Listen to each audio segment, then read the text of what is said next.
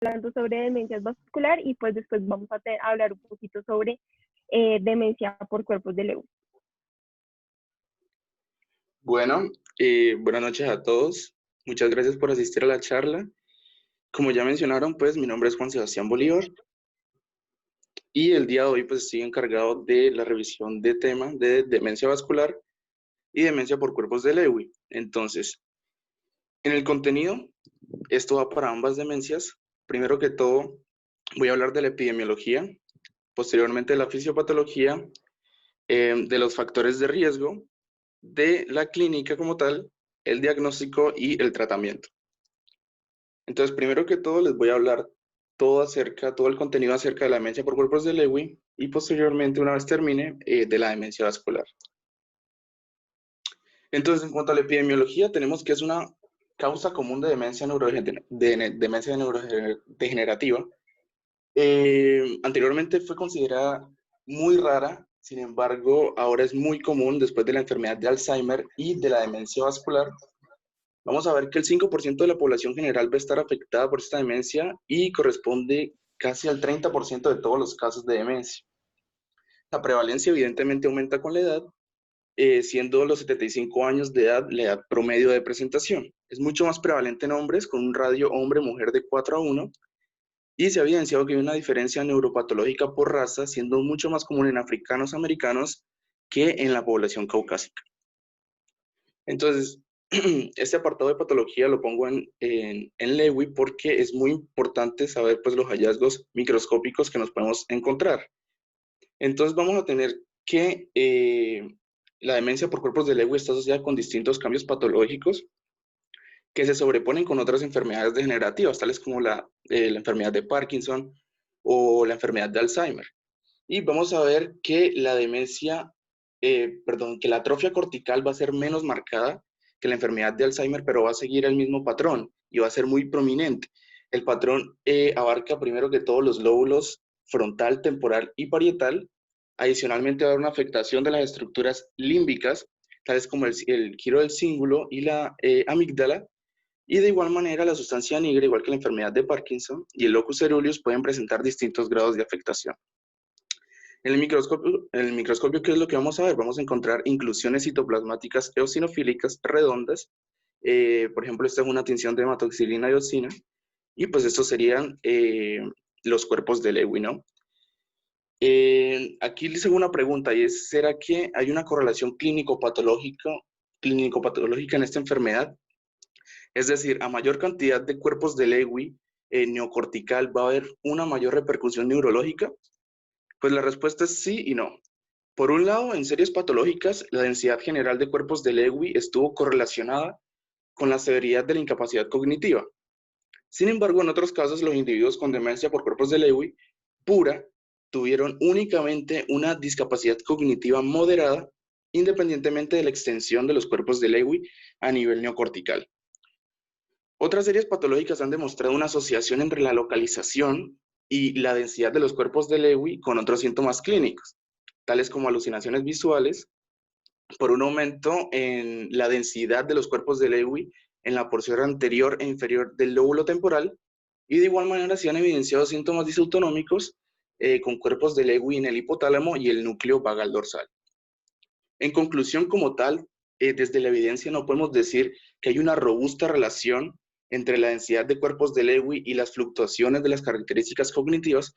Sin embargo, sí podemos como tal hacer una asociación entre aquellas características patológicas y su correlación clínica. Entonces, en cuanto a la fisiopatología, primero que todo vamos a hablar de la alfa-sinucleína, de la susceptibilidad regional y la extensión, ya lo vamos a ver, y del tipo de susceptibilidad celular y la disfunción asociada a la alfa-sinucleína. Entonces, la alfa-sinucleína es una proteína que es muy importante en el desarrollo fisiopatológico de la enfermedad, y vamos a tener que los agregados de esta proteína van a ser un componente clave de los cuerpos de Lewy.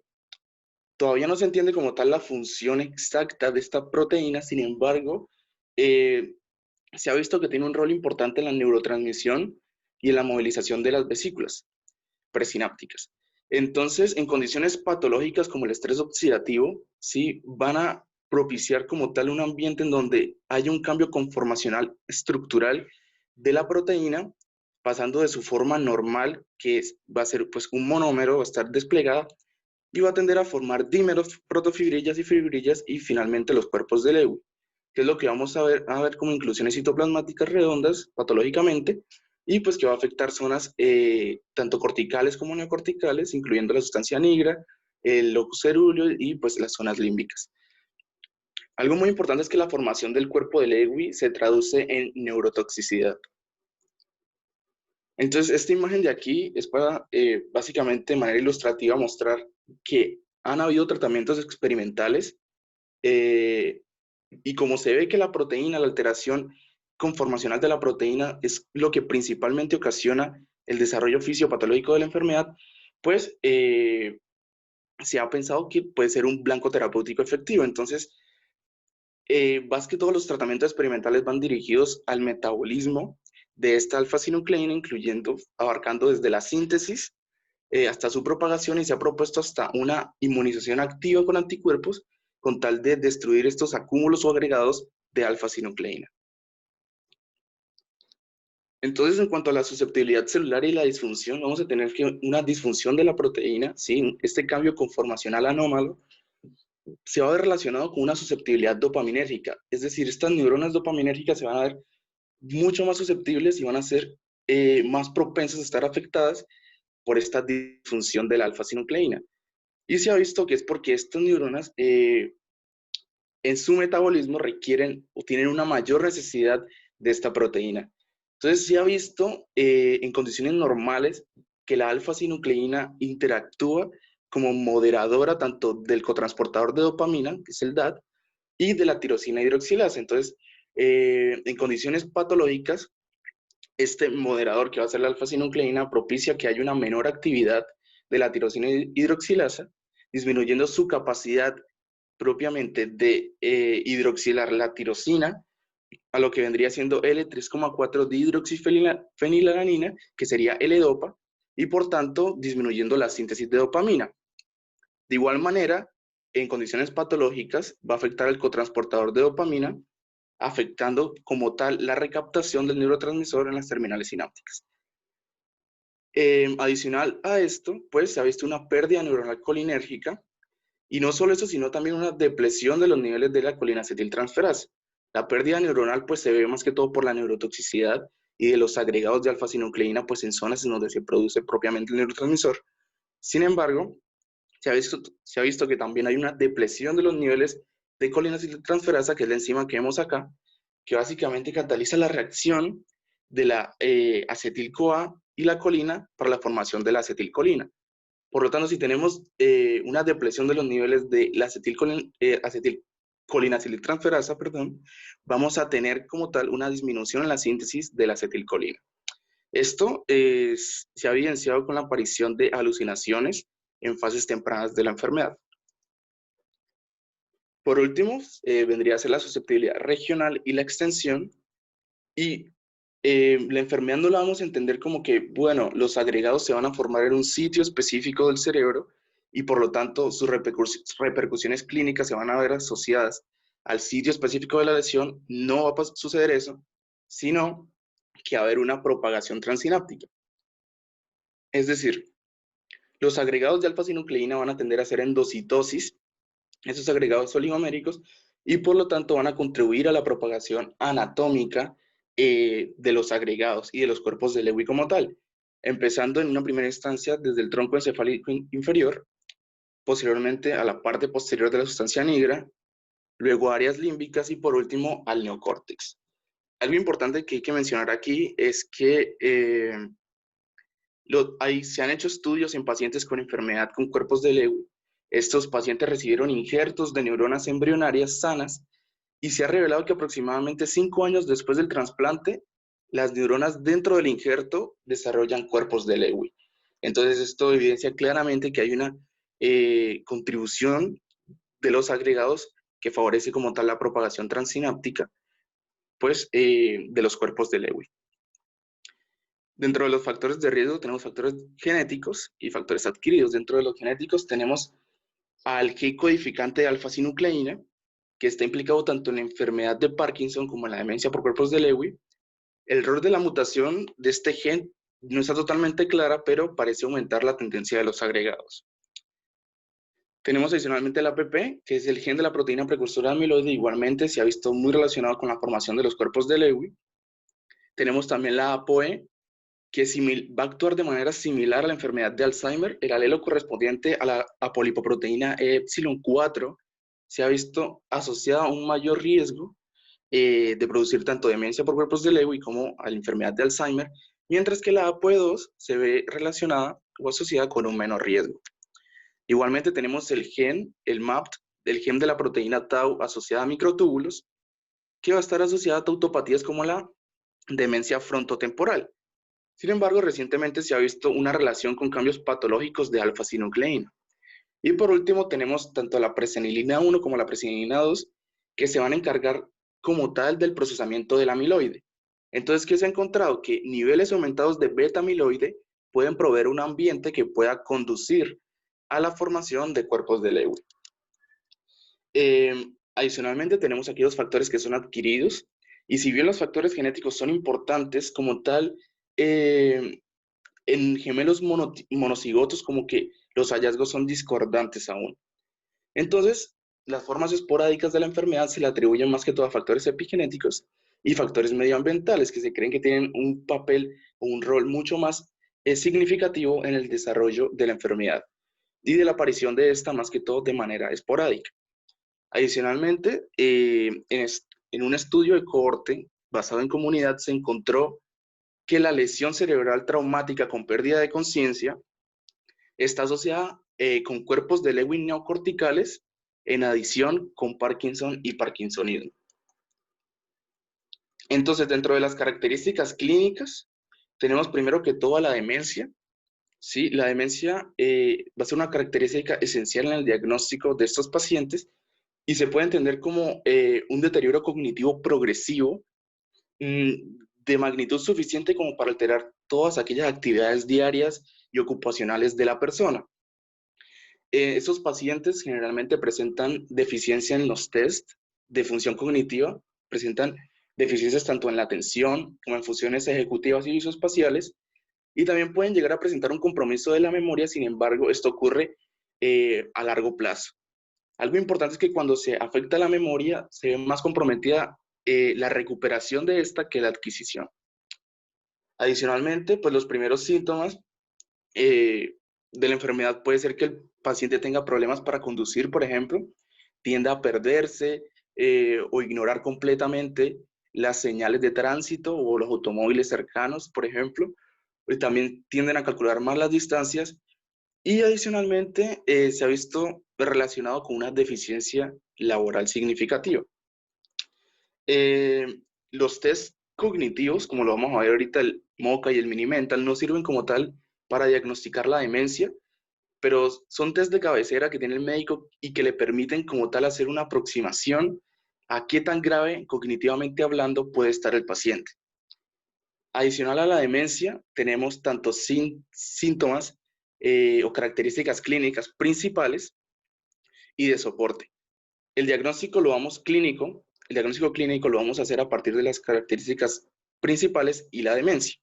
Sin embargo, no hay que omitir las características de soporte porque nos pueden aumentar la sospecha de un posible desarrollo de la enfermedad.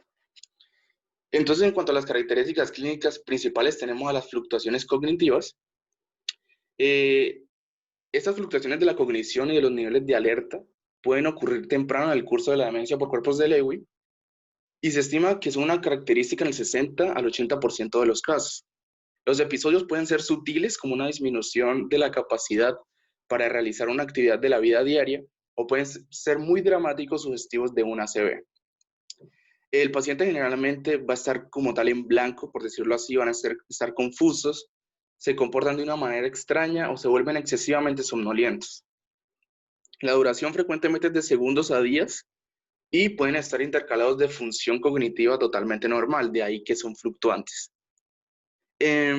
Los episodios como tal incluyen las siguientes características. Pueden ser que el paciente tenga somnolencia diurna o puede tener siestas que duran mucho tiempo, mucho más de 2 horas, o episodios prolongados de mirada fija, o episodios, por ejemplo, de discurso desorganizado. Como tal, estos episodios suelen ser más espontáneos y episódicos, que van a estar relacionados como tal con una interrupción de la conciencia o de la atención del paciente que puede afectar gravemente su capacidad funcional. Tenemos también lo que son las alucinaciones visuales. Esas alucinaciones visuales van a ocurrir también en un curso temprano de la enfermedad y son muy raras, por ejemplo, en la enfermedad de Alzheimer. En las alucinaciones visuales el paciente puede referir que ve objetos o cosas bien formadas de personas o animales, o pueden ser descripciones más que todo abstractas, incluyendo formas, colores y cosas así. Adicionalmente pueden ser simples, en donde el paciente simplemente ve algo, alguna cosa que está bien formada, etcétera, o pueden ser complejas, en donde el paciente sostiene como tal un diálogo con aquello que evidentemente no es real. Eso pues principalmente en las alucinaciones. Y adicionalmente las alucinaciones los pacientes pueden describir como tal percepciones erróneas, en donde, por ejemplo, un objeto se mueve o cambia de forma de manera repentina. O el paciente simplemente puede manifestar que siente que algo está con él o ella dentro de alguna habitación, por ejemplo, y pues eso vendría a ser parte pues de las características de las alucinaciones. Tenemos también el comportamiento desordenado en sueño REM, que va a ser una parasomnia como tal, caracterizada por la pérdida de atonía en sueño REM, y los individuos tienen vocalizaciones recurrentes relacionadas con el sueño o conductas motoras complejas en el sueño REM. Generalmente duran menos de 60 segundos y parecen ser intencionales, es decir, el paciente lanza algo o se agita para protegerse, y varían desde gestos normales como alzar alguna extremidad, por ejemplo, hasta los golpes violentos que pueden afectar a la pareja que está durmiendo con el paciente. Y generalmente esos pacientes responden muy bien con melatonina y clonazepam. En hallazgos clínicos se ha visto que la historia el comportamiento desordenado en el sueño REM son 6 veces, aquellos pacientes son 6 veces más probables de tener una autopsia confirmatoria de demencia por cuerpos de Lewy. Y esto va a aumentar mucho más si hay precedentes de neurodegeneración. En cuanto a los síntomas del parkinsonismo, vamos a tener que, pues evidentemente va a tener signos y síntomas propios de este, y van a ser principalmente bradiquinesia, rigidez o temblor en reposo. Generalmente en estos pacientes suelen ser simétricos y bilaterales, y por lo tanto, y adicionalmente van a ser pues menos severos que como tal en la enfermedad de Parkinson. Como les mencionaba, vamos a tener unas características clínicas que son de soporte.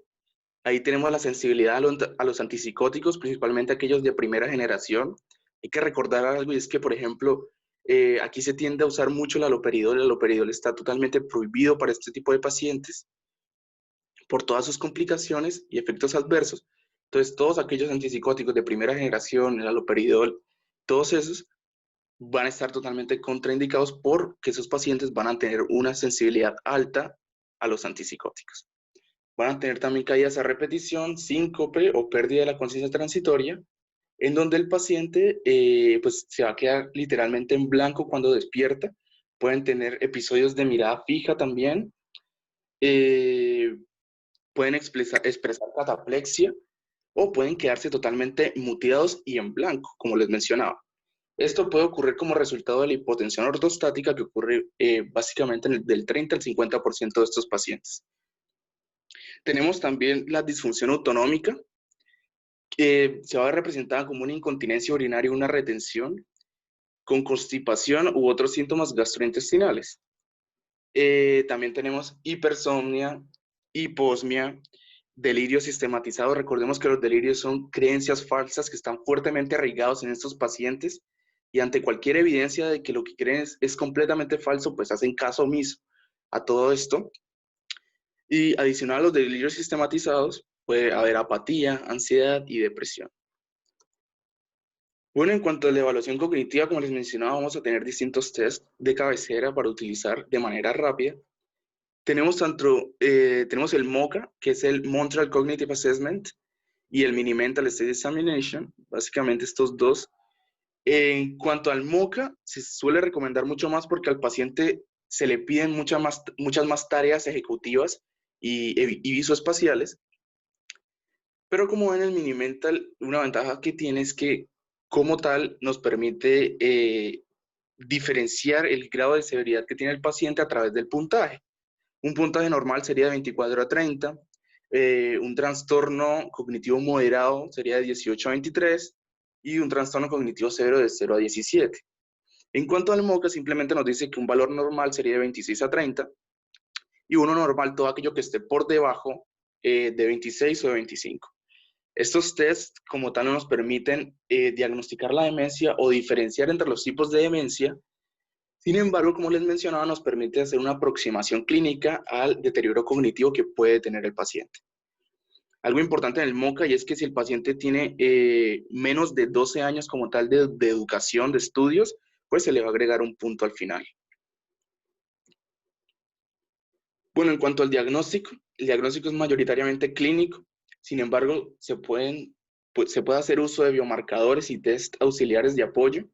Estos biomarcadores no los tenemos nosotros aquí en Colombia, sin embargo, pues en caso de que alguno de nosotros se encuentre en otro país o ya estén disponibles, pues es importante conocer de su existencia. Dentro de los test auxiliares de apoyo, pues tenemos la resonancia magnética. Aquí tenemos, por ejemplo, a la izquierda, este paciente tiene demencia por cuerpos de Lewy, le hicieron pues un corte coronal a través del hipotálamo, y vemos que como tal no va a tener tanto compromiso del lóbulo temporal medial o del hipocampo, a comparación con este paciente que tiene pues enfermedad de Alzheimer. Entonces, aquí se va a evidenciar un mayor compromiso pues del hipocampo y del lóbulo temporal medial, y pues eso es lo que se va a evidenciar entre estos dos grupos de pacientes. Tenemos también, a partir de la tomografía por emisión de positrones y la tomografía computarizada por emisión de fotón sencillo, este es un biomarcador ya y nos permite pues determinar qué tanta concentración del transportador de dopamina tenemos. Aquí en condiciones normales, pues tenemos una concentración normal del transportador de dopamina. Sin embargo, aquí pues está mucho más reducido. El problema es que si bien puede ser sensible, es muy poco específico porque se puede ver alterado pues en otras condiciones o síndromes parkinsonianos. Tenemos adicionalmente la gammagrafía miocárdica con metallobensilguanidina. Nos permite más que todo determinar la inervación simpática postganglionar. Y en estos pacientes con demencia por cuerpos de Lewy va a estar disminuida. Y la polisonografía, como pues les dije, estos pacientes tienden en fases tempranas de la enfermedad a tener comportamientos o desórdenes del sueño REM en ausencia de atonía, y la polisonografía nos permite precisamente evidenciar esto. Bueno, en cuanto al diagnóstico ya, pues de manera de síntesis tenemos que en la demencia va a ser una característica esencial y que va a estar acompañada de características clínicas principales y de soporte.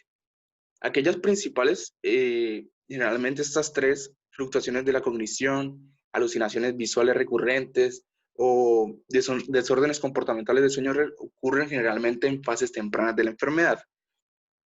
Y suelen ir acompañadas también con signos o síntomas del parkinsonismo. Como les dije, no hay que dejar de lado pues, las características clínicas de soporte, porque nos permiten aumentar mucho más la sospecha de un posible desarrollo de demencia por cuerpos de Lewy. En cuanto al diagnóstico, tenemos que como tal, con exactitud no vamos a diagnosticar la demencia por cuerpos de Lewy, esto se diagnostica finalmente en la autopsia. Sin embargo, nos permitimos hacer un diagnóstico probable o uno posible. Para hacer un diagnóstico probable deben haber dos o más características clínicas principales que deben estar presentes con o sin marcadores indicativos. O puede que tengamos solo una característica clínica principal, pero con un marcador o varios biomarcadores. Y aquí nos dicen pues que la demencia por cuerpos de Lewy probable no debería ser diagnosticada usando únicamente los biomarcadores. En contraste, un diagnóstico de demencia por cuerpos de Lewy posible vendría a abarcar lo que sería una característica clínica principal sin marcadores indicativos o uno o más biomarcadores que estén presentes, pero no hay como tal características clínicas. Y un diagnóstico menos probable abarcaría lo que sería pues la presencia de otro trastorno o, que explique de mejor manera las características clínicas que tiene el paciente, o si las características parkinsonianas son la única característica clínica y aparecen por primera vez en estadios severos de la demencia. Entonces, aquí tenemos un primer caso. Básicamente es una mujer de 70 años, acude por síntomas cognitivos, fue bibliotecaria por hace 5 años, ya se retiró, ya hace 2 años, eh, se cayó, ¿sí? Se rompió la cadera y como tal, después de esto, la paciente pues, empezó a presentar delirios y alucinaciones. Como tal, la paciente cognitivamente no estaba muy bien, por lo tanto su familia empezó a tomar las riendas de las finanzas, de las medicaciones, etcétera. Y la paciente manifiesta que ve niños en la habitación cuando con ella no hay nadie. De igual manera tiene la sensación de que algo estuvo con ella a pesar de que pues la habitación estaba completamente vacía. Ella tenía días buenos y días malos, cognitivamente hablando. Esto evidencia pues las fluctuaciones cognitivas. Y en la examinación le hicieron un MOCA rápidamente, tuvo un puntaje de 19 de 30. Esto evidencia como tal cierto grado de alteración cognitiva. Y también nos dicen, bueno, las principales alteraciones en el test de MOCA fueron alteraciones ejecutivas, alteraciones visoespaciales, alteraciones de la atención, y como tal no tuvo gran compromiso con lo que sería pues la memoria. Como vemos, tuvo un puntaje de -3, pero mejoró al momento en el que se le ayudó y se le recordó. Como tal, tuvo una rigidez leve, ¿sí? En el cuello y ambos brazos, ¿sí? Y tuvo una bradiquinesia bilateral de moderada, pues, de leve a moderada. Entonces, como tal, la paciente sí tenía signos y síntomas del parkinsonismo y le hicieron una resonancia. Reveló una atrofia global de leve a moderada y cambios isquémicos crónicos leves. Entonces yo aquí pues, les quisiera preguntar, ¿cuál es como tal el diagnóstico presuntivo que tenemos de la paciente?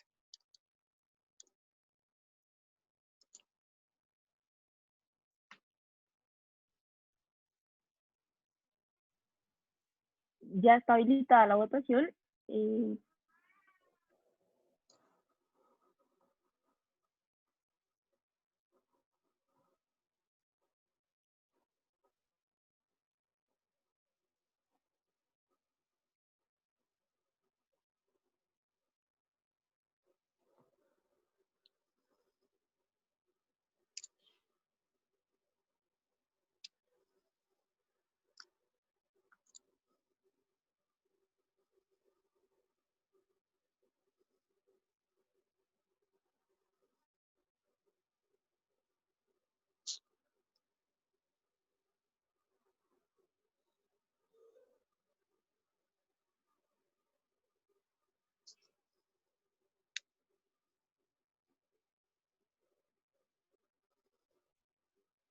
¿Listo?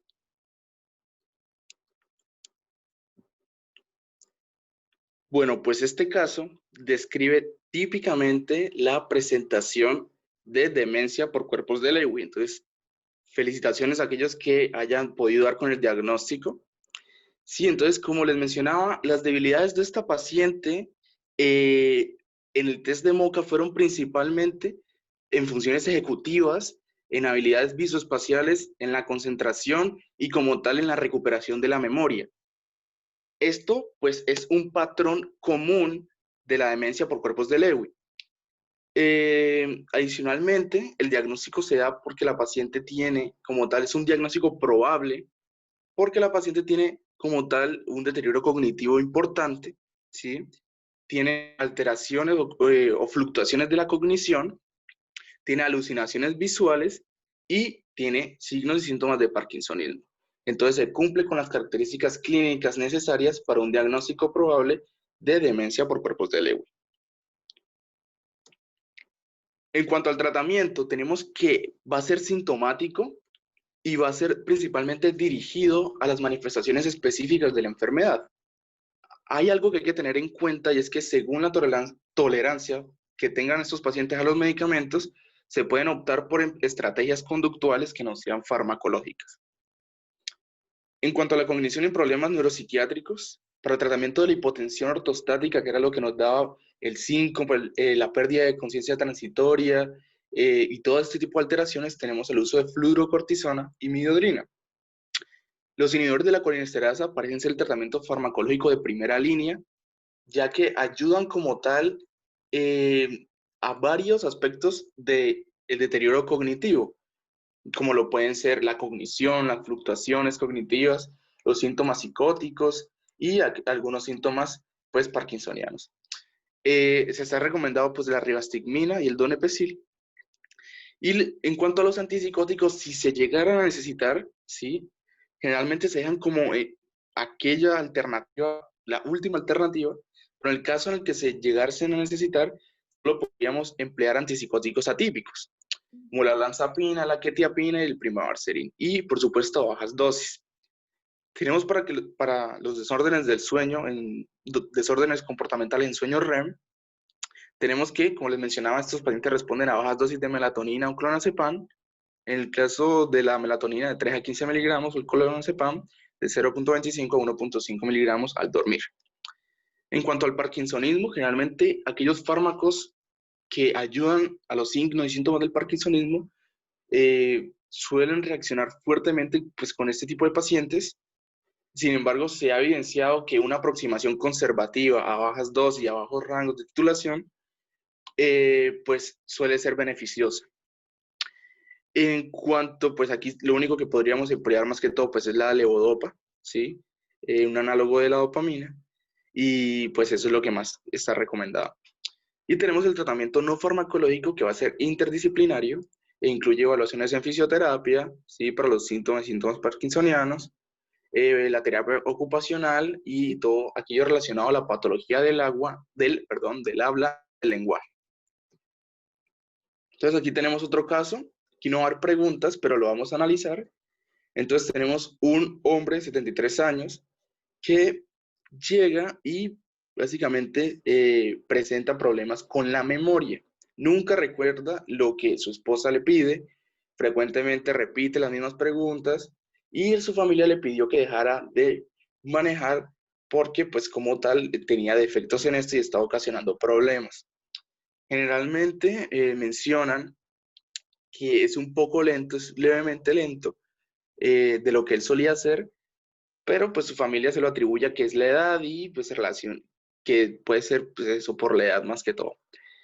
Ellos, tanto el paciente como su esposa, duermen en camas separadas, esto debido a que el paciente efectivamente tuvo pues el comportamiento desordenado en sueño REM, ocasionó moretones y golpes a su esposa, como pueden ver, pues la golpea mientras está soñando.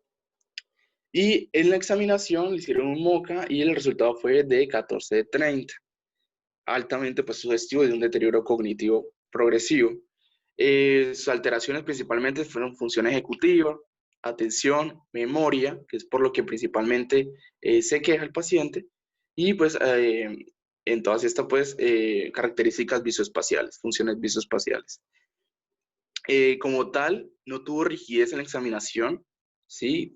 La lentitud fue mínima y tenía una postura encorvada, pero era muy leve, y como tal caminaba pues lento, pero era, o sea, todo era muy leve. Entonces, como tal, el paciente no tiene un parkinsonismo, y adicionalmente, pues hasta aquí como tal vamos a tener un diagnóstico posible, porque el paciente no presenta ni alucinaciones ni delirios, tampoco presenta fluctuaciones en la cognición, sí presenta el trastorno pues, de sueño REM, pero esto está asociado igualmente a lo que principalmente se queja el paciente, que es por problemas de la memoria. Entonces, tendríamos de momento una sola característica principal y pues lo que vendría siendo pues lo de la memoria, pues la afectación de la memoria que viene el paciente presentando. Entonces le hicieron un biomarcador, el del transportador de dopamina, y vieron que estaba simétricamente disminuido la unión de la dopamina pues a su correceptor. Esto es consistente, como ya lo habíamos visto, con procesos parkinsonianos. Entonces, este es un caso donde un paciente pasó de ser posible diagnóstico de demencia por cuerpos de Lewy a probable. ¿Por qué? Por el biomarcador. Entonces, este caso nos permite ver la importancia de los biomarcadores y como tal su relación al momento de dar un diagnóstico efectivo pues, a estos pacientes.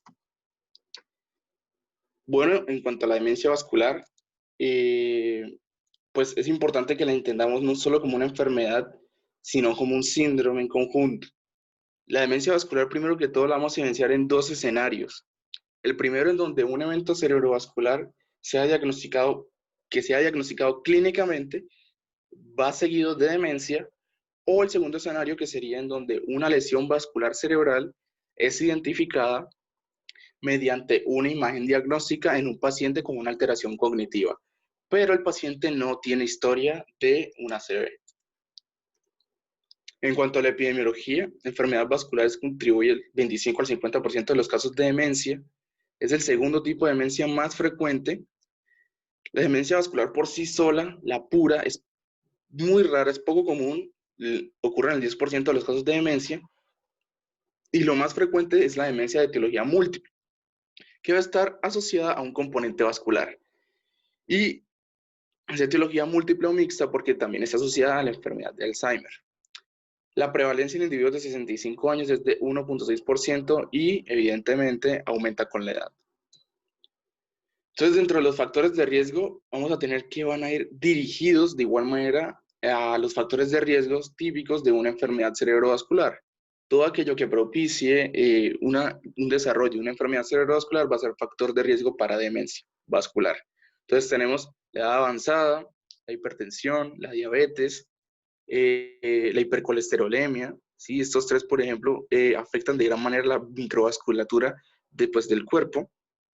La baja actividad física, la obesidad, el tabaco, la enfermedad arterial coronaria, la fibrilación auricular que puede como tal causar un ACV de tipo cardioembólico.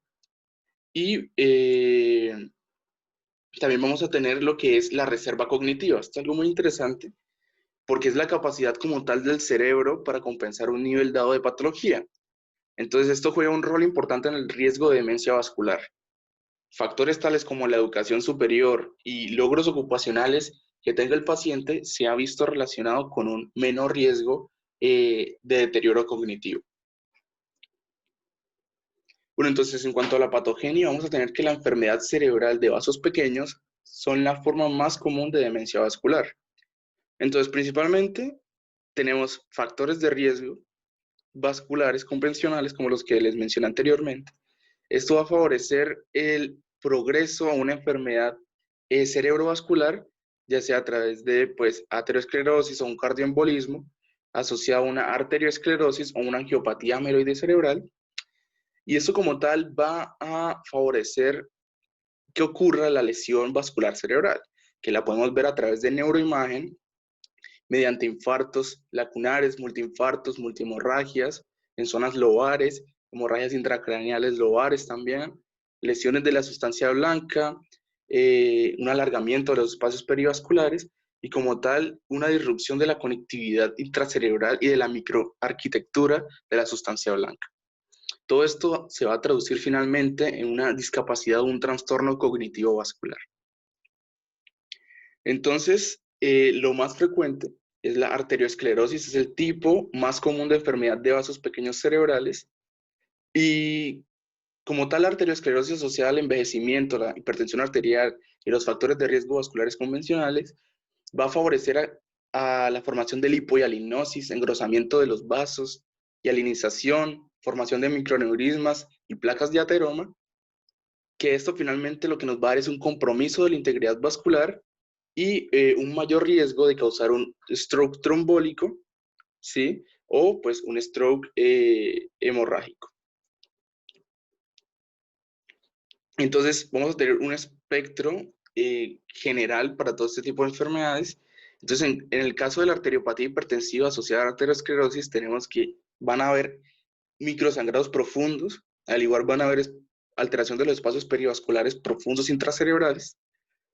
De igual manera, hiperintensidades de la materia blanca, ¿sí? Infartos lacunares y pueden haber hemorragias intracraneales, pero un patrón común en estos es que siempre, en la mayoría de los casos, va a alterar o va a comprometer lo que vendría a ser los ganglios basales y pues estructuras aledañas a ellos. Eso pues encontrás, a diferencia de lo que va a ocurrir pues en la angiopatía amiloide cerebral. Esta pues es la segunda causa más común de enfermedad por vasos pequeños y se debe principalmente a una acumulación excesiva de beta amiloide, la proteína beta amiloide, dentro pues de las arterias, de arteriolas, como tal de las leptomeninges y como tal de toda la corteza cerebral. Entonces vamos a tener que, como tal no se sabe el mecanismo fisiopatológico o qué causa la acumulación del beta amiloide, pero se cree o se ha evidenciado más que todo que se debe a pues los mecanismos de degradación. Entonces, inicialmente tenemos la proteína precursora de amiloide o APP. Esta se va a degradar a través de secretasas beta y gamma, formando dos tipos de péptidos. El primero, el A-beta 42, que va a estar relacionado con la enfermedad de Alzheimer, y el A-beta 40, que, que va a ser el que nos va a ocasionar, en este caso, la angiopatía amiloide cerebral. ¿Cómo se va a degradar? Primero, a través de metalopeptidasas, ¿sí? O puede ser a través de la degradación de los astrocitos y macrófagos, o a través del transportador de LDL relacionado a proteína 1, o a través del torrente sanguíneo a través de un drenaje linfático. Entonces, ¿qué es lo que vamos a tener fisiopatológicamente? Factores de riesgo como la hipertensión, el cáncer, la edad avanzada, asociado como tal a un estado hipercoagulable y como tal relacionado a la fibrilación auricular. Esto nos va a aumentar el riesgo tromboembólico, que de igual manera este riesgo va a estar asociado al acúmulo beta amiloide y el compromiso microvascular, y va a ocasionar como tal pues lo que vendrían a ser las microhemorragias, ¿sí? Hemorragias lobares, hematomas lobares, hemorragias intracerebrales espontáneas no traumáticas, que es pues el patrón característico en este tipo de trastorno. Entonces, el espectro de la angiopatía amiloide cerebral va desde microhemorragias lobares, ¿sí?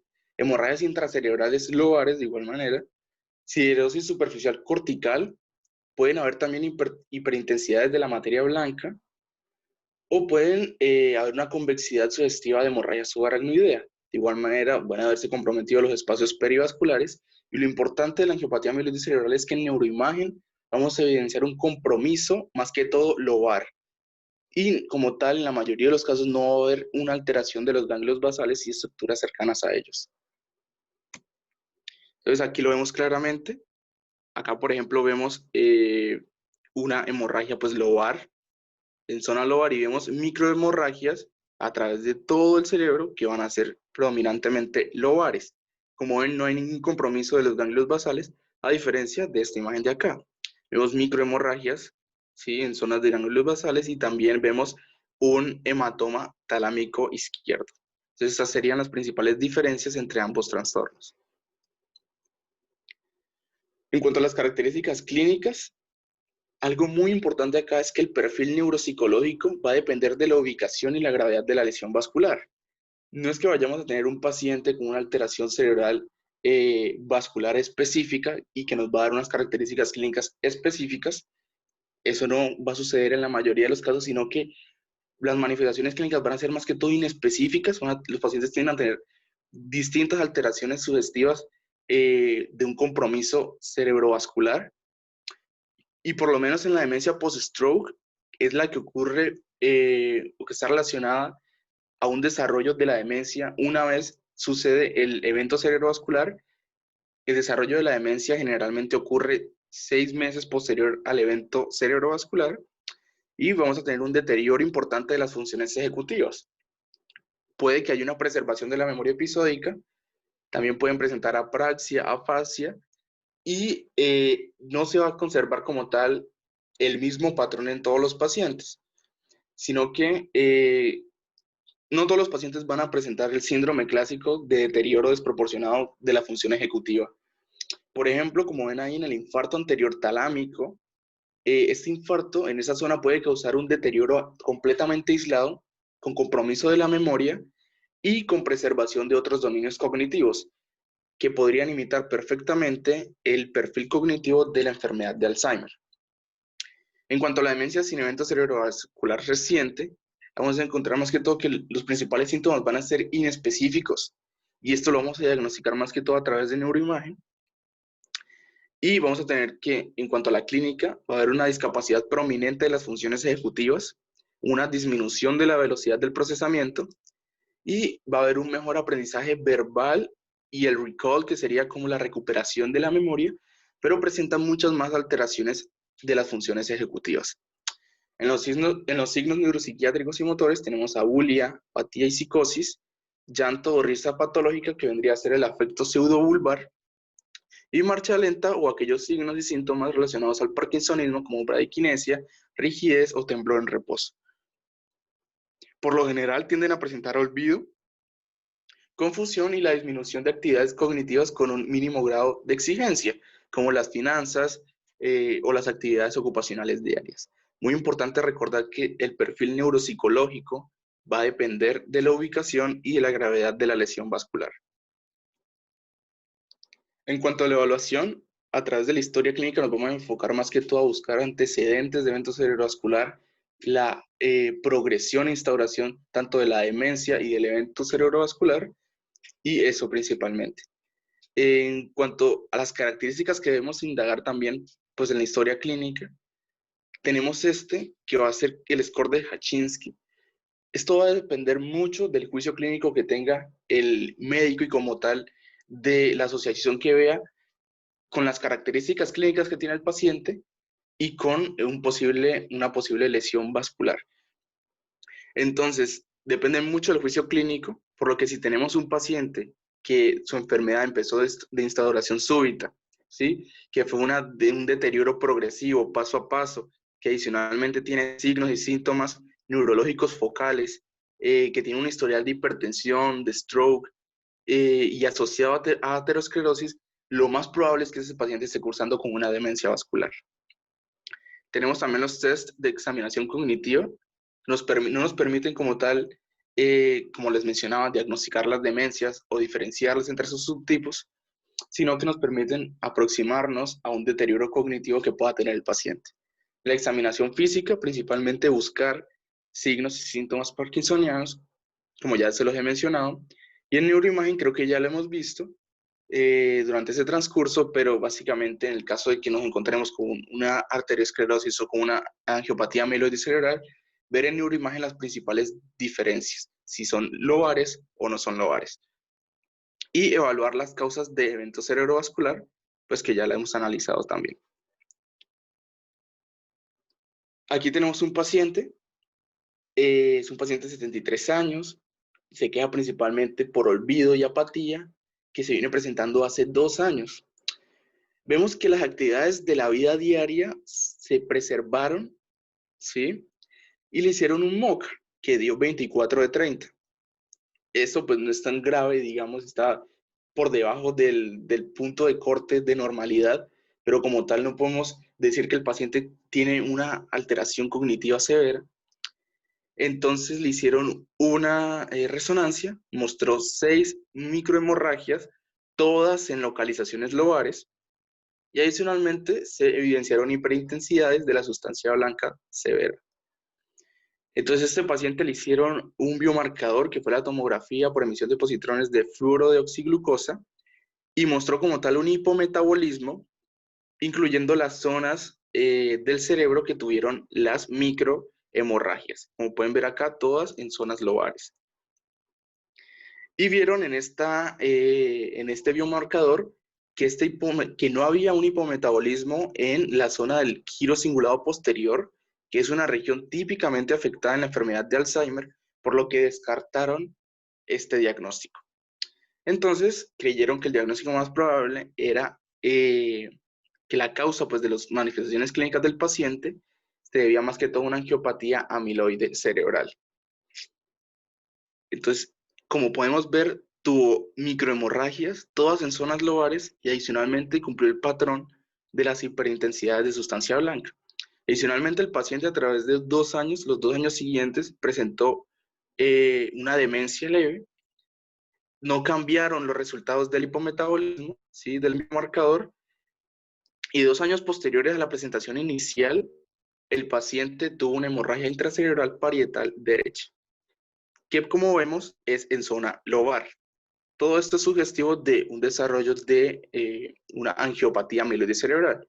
Y este trastorno tiene su propio criterios diagnósticos, que es el criterio de Boston, y incluye que el paciente debe ser mayor de 55 años, tener múltiples hemorragias en zonas lobares, corticales o córticos subcorticales, ¿sí? O puede que solo tenga una sola hemorragia. Adicionalmente, se debe evidenciar la ausencia de otras causas de hemorragia o siderosis superficial. Entonces, este paciente cumple con las características o con los criterios para diagnosticar una angiopatía amiloide cerebral. Y como vemos, el paciente en su deterioro cognitivo como tal no tuvo un deterioro cognitivo progresivo grave, sino que sus funciones diarias se preservaron y simplemente se quejaba por olvido y apatía frecuentemente. Entonces aquí igualmente volvemos a ver la importancia de la ayuda diagnóstica de los biomarcadores, tanto como la neuroimagen, que ayudan fundamentalmente en el diagnóstico de este tipo de demencias. En cuanto al diagnóstico como tal, vamos a tener un criterio cognitivo que nos pide más que todo discriminar entre un deterioro cognitivo vascular leve o moderado de uno severo, y esto se evidencia a través del grado de la demencia. Por lo tanto, debemos evaluar los dominios cognitivos a través de los test. Tenemos también que un diagnóstico probable lo vamos a diagnosticar a través de neuroimagen de una enfermedad cerebrovascular, ya pues mirar microinfartos, hemorragias, hiperintensidad de sustancia blanca, y de haber una relación temporal entre el stroke y síntomas cognitivos. Y como tal, no debe haber un antecedente de un trastorno cognitivo que no sea vascular, como por ejemplo la enfermedad de Alzheimer. Un criterio posible puede ser que tengamos una insuficiencia de información, como por ejemplo que no tengamos a la mano la neuroimagen, o como tal no hay una relación correcta entre los eventos que viene presentando el paciente y los síntomas. O puede ser que cuando el paciente tiene una afasia, esta no nos permite realizar como tal una evaluación cognitiva.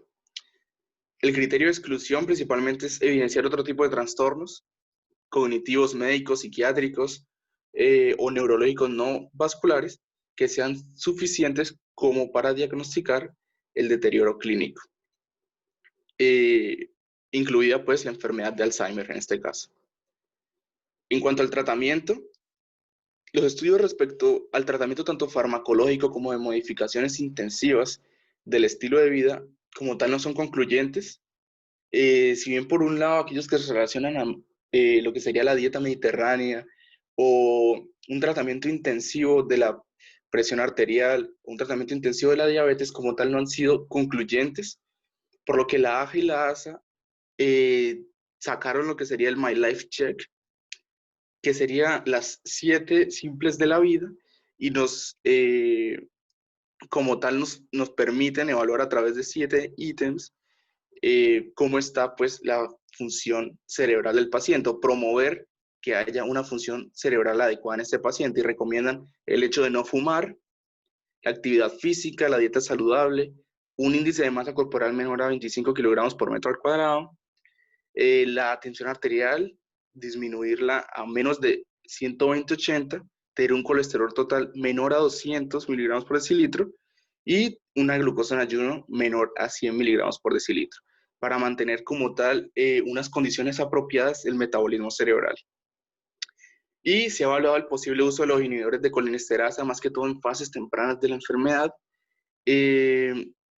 Como les dije, estos en la demencia por cuerpos de Lewis se usan como manejo de primera línea, porque no solo ayudan a los signos y síntomas cognitivos, sino que a otras condiciones asociadas a la enfermedad, como lo pueden ser los problemas o síntomas motores del parkinsonismo.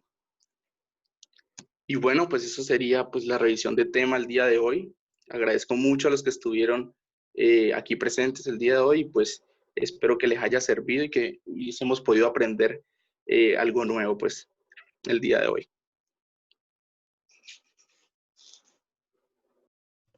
Bueno,